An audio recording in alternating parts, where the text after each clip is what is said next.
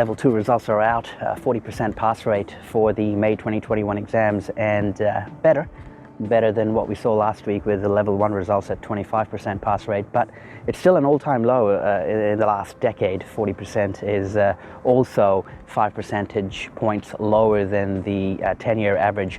And I did expect this. I expected with the new format, the pass rate to drop slightly. I was expecting the passing rate to be in the late 30s, so good that that hasn't happened, and it's still at 40%. Congratulations to all those who passed, the 40% of candidates. You're one step away from the charter and almost there. Chances are that most likely most of you who have passed will end up receiving the charter. If not in your next attempt, it might be one attempt further down the track. But great news, keep it up. Level 2 is one of the most challenging levels. Some people find Level 2 the hardest, others find Level 3 the hardest, and it's still, feels great to get it out of the way. For those of you that didn't pass, now this is very, topical. What do you do? And really got to look at your results, got to look at how you've performed, how close you were, how comfortable you were, what sort of conditions you gave the exams in. Could you have performed better if the exams were given on another day? And really how much commitment you want to make to the program, because it may look like the end destination is very far away, but if you come back strongly in your next attempt, and then you keep your focus and maintain the rigor, then it's not too far away. So have a think. It's obviously does involve a lot of commitment, and there are no guarantees that you'd pass in your second attempt. Often the score actually goes worse than the first attempt. So it is, a tricky situation to be in, but hang in there. And if think about the long-term goals and what you want to get out of the charter, what sort of knowledge base you want to build, because definitely there is value in proceeding with the program. Now, what I wanted to cover in this video today was a topic that has been doing the rounds for the last year or so, or maybe even before that. And there are basically two camps. One camp, and usually these are charter holders who have completed the program, who argue that the program has lost its exclusivity, that it has become too commercial and it has allowed too many people to pass.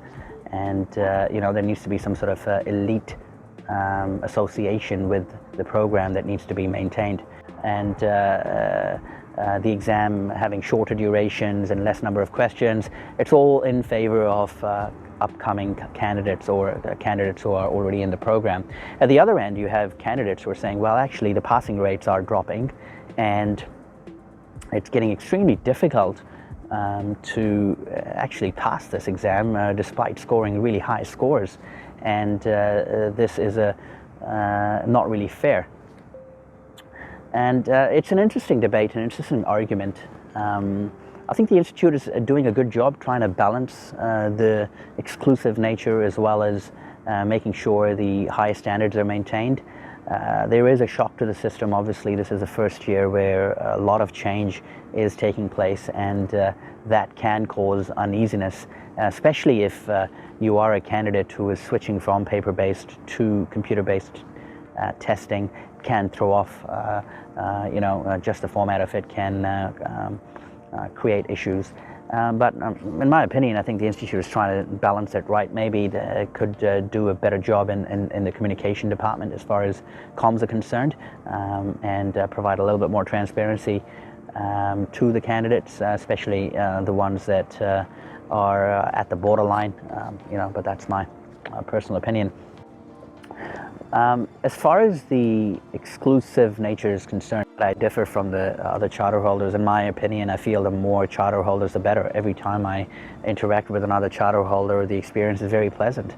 And, it enhances the workforce, it enhances the overall population.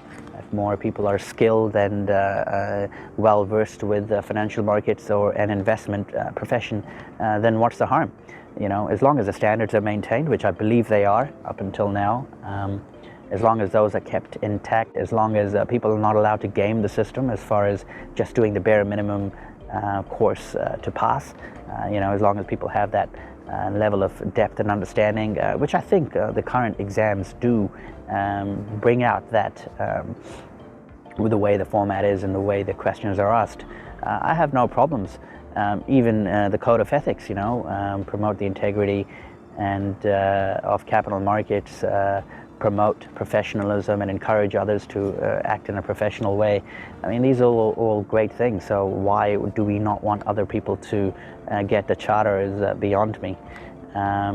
Anyway, that was my 2 cents worth on that topic. Level 3 results are out next week, so it'll be interesting to see what happens there. Obviously, I'm most passionate about Level 3 given how much time I spent on it.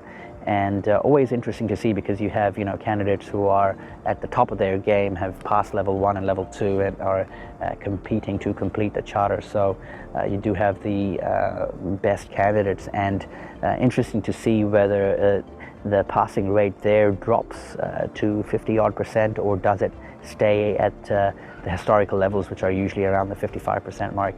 And yeah, stay tuned for that. I will come up with a video next week on that. And yeah, I'll see you next time.